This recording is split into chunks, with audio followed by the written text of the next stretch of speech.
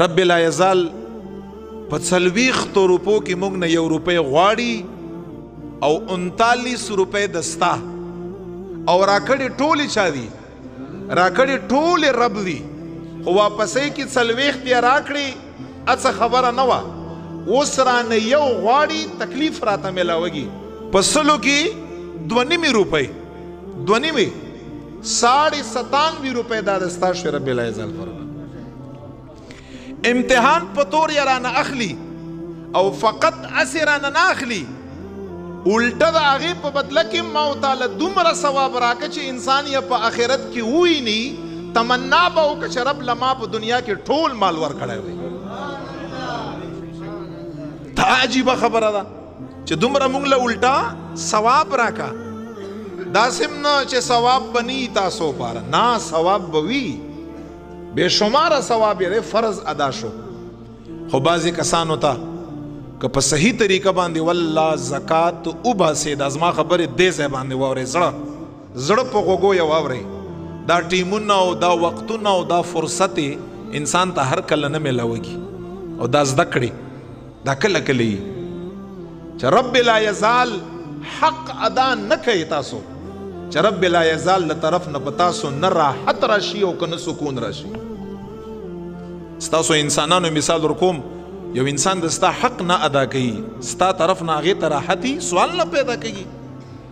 دا ولې هر څه لاړه ختم شو، سکون اطمینان راحت هر څه ختم دی نشته. هر انسان نه تپوس وکړه، څوک تر نامه پورې او څوک تر ګوټنو پورې او څوک تر اوږو پورې په غمونو تکلیفونو پریشانیو کې مبتلا دي. او چې دا کوم مبتلا کسان دي دا د خپل ځان لږ ججمنټ وکړه، لږ وګوري څومره چې دی په غمونو کې مبتلا دی، وګورئ هغې نه زیات به د الٰه العالمین په نافرمانیو کې مبتلا وي. نو که چا صحیح زکات ویسته، رسول الله فرمایي حدیث کې امیرانو نبی اخلم فقراو لبی ورکوم. نبی علیہ الصلوۃ والسلام فرمایي دا د هغوی حق دی. که صحیح حساب کتاب وشي، رب لا یزال په قرآن کې وعده کړې ده وما انفقتم من شیء فهو یخلفه.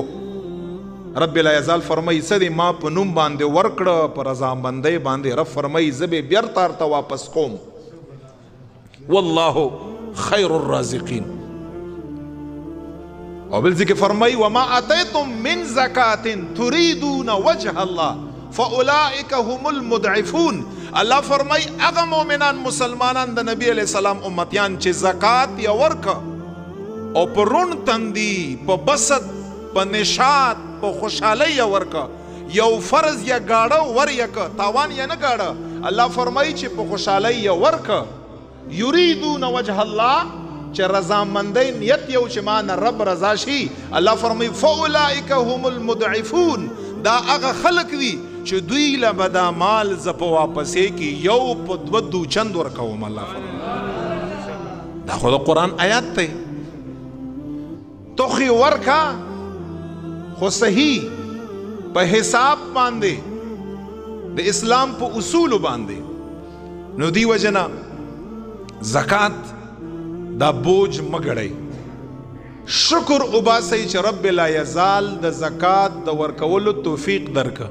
الٰه العالمین چې په صحیح طریقه باندې ته حساب کتاب وکې، معاشرې ته بهر وباسې، فقراو له ورکې. ته په غونډه محله کې بیا وګرځه او ما ته یو محتاج کس را پیدا که، ما ته یو داسې کس وښایه بیا چې په تن یې کپړې نشته، په خپو کې یې پیزار نشته، په خېټه کې روټۍ نشته، بیمار پیسې نشتا، کور چت یې نشتا.